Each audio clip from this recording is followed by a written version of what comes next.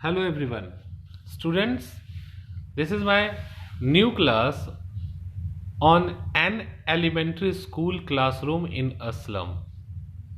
This poem is written by Stephen Spender, and in this poem you will see that how the poet is expressing his view and his concern for the children who lives in slum area and who have just limited means of survive in the modern world. In this poem, the poet is expressing his view about the students who lives in the slum area and who are enrolled in just a formal school where the education is just in the book, not in the practical way. Okay, so today I will give you the line by line explanation of the stanza of the poem. So I am starting with the first line. Here you can see the poet is saying, far, far from gusty waves, these children's faces, like rootless weeds, the hair torn round the pallor, the tall girl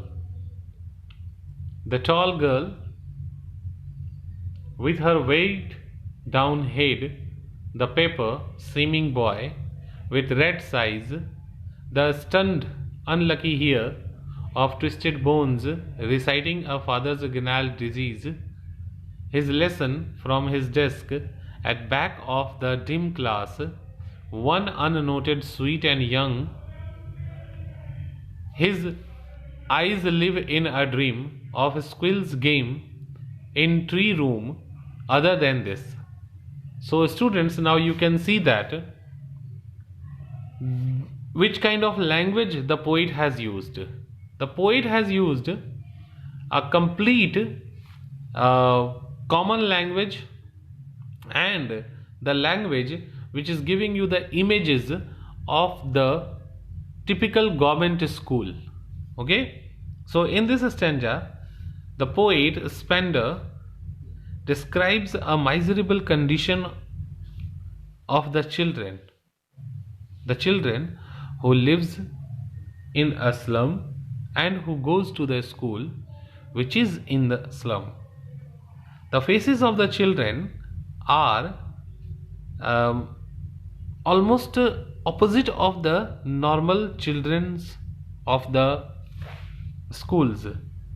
Instead of being exuberant and what can we say, energetic, exuberant and energetic, they are looking very sad. They are looking like very sad. See, the paper seeming boy, weighed down head, these and the rat's eyes. Rat's eyes means very small eyes which has very less dream.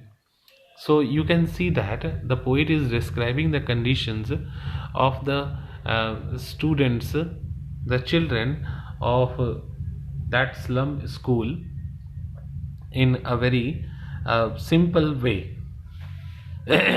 This line, the paper seeming boy means that there is a boy who is very thin, means not completely developed body, very thin. And here you can see the metaphoric comparison between the boy and the paper. The poet is saying the paper seeming boy means the boy who is very thin, very slim. Okay, and reason of this paper seeming boy means very slim boy is malnutrition. Twisted bones. Twisted bone means not completely developed body. Means the poet is giving you the condition of a classroom in which not completely developed students are sitting.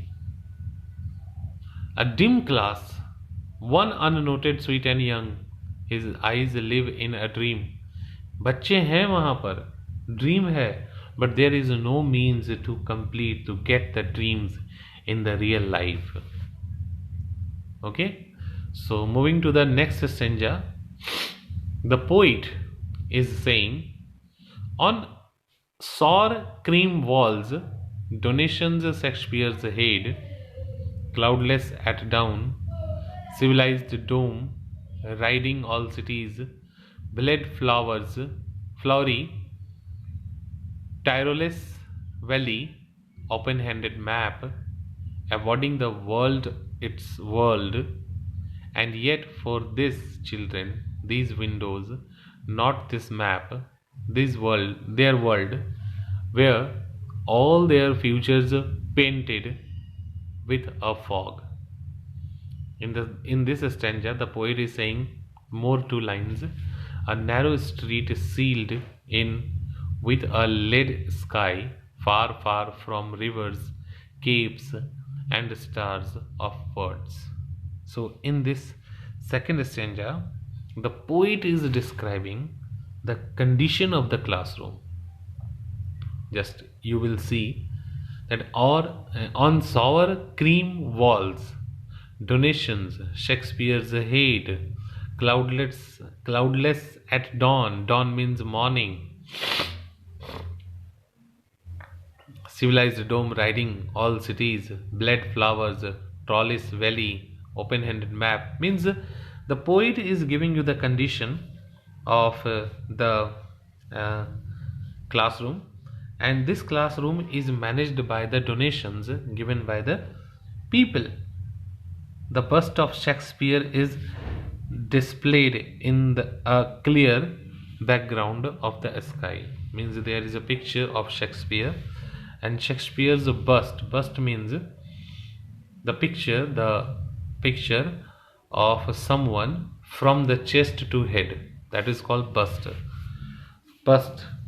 Okay, so there is a bust of Shakespeare, and walls have pictures of the beautiful tireless valleys, okay, and maps of the worlds. The children's eyes can only view a narrow road enclosed to their dreams, means the children are only able to see those things in the pictures and the maps, but in the reality they are out of, very far of those things which are specially for enjoyment by all over the person. In the next stanza, the poet is saying, surely Shakespeare is wicked, the map a bad example, with ships and sun and love tempting them to steal, for lives that sillily turn in their cramped holes, oh, hidden, wait, cramped holes, from fog to endless night, on their slag heap, these children wear skins peeped through by the bones, and speechless of steel, with mended glass, like bottle bits on stones, all of their time and spaces are foggy slums, so blot their maps with slums as big as dome. Students, give me the name of the world's biggest slum. In the last class I have asked you, and I think I have given you the answer also. That's Dharavi in Mumbai, and that is considered as the world's biggest slum. So in the third stanza, the poet is starting by blaming the father of English drama, Shakespeare. Okay, how he is blaming? He is blaming that Shakespeare is wicked, the map a bad example. The poet is saying this is because why Shakespeare is wicked? Because the misleads, he is misleading the children. He is showing the beautiful world of ships, sun and love and everything, but all the beautiful things shown by Shakespeare just out of the reach of these children. These children are limited in these four walls. They can see the world through the pictures, not through their experiences, because they are not properly constructed, they are not properly guided, they are not properly maintained. So how will they achieve, how will they enjoy the world's beautiful things by their experience?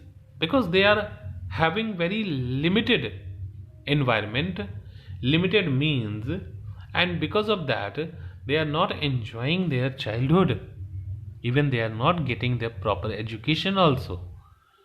Okay, so moving to the last stanza, which is the final stanza.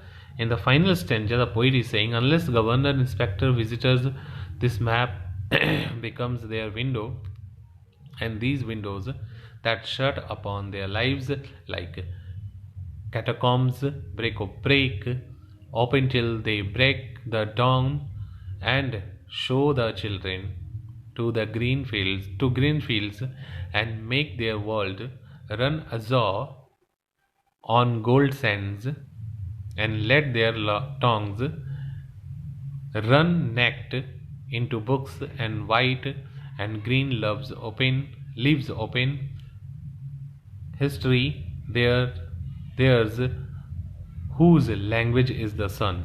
Okay, so in this final stanza the poet is saying, yeah, this is the final stanza. Yeah, in this final stanza the poet is saying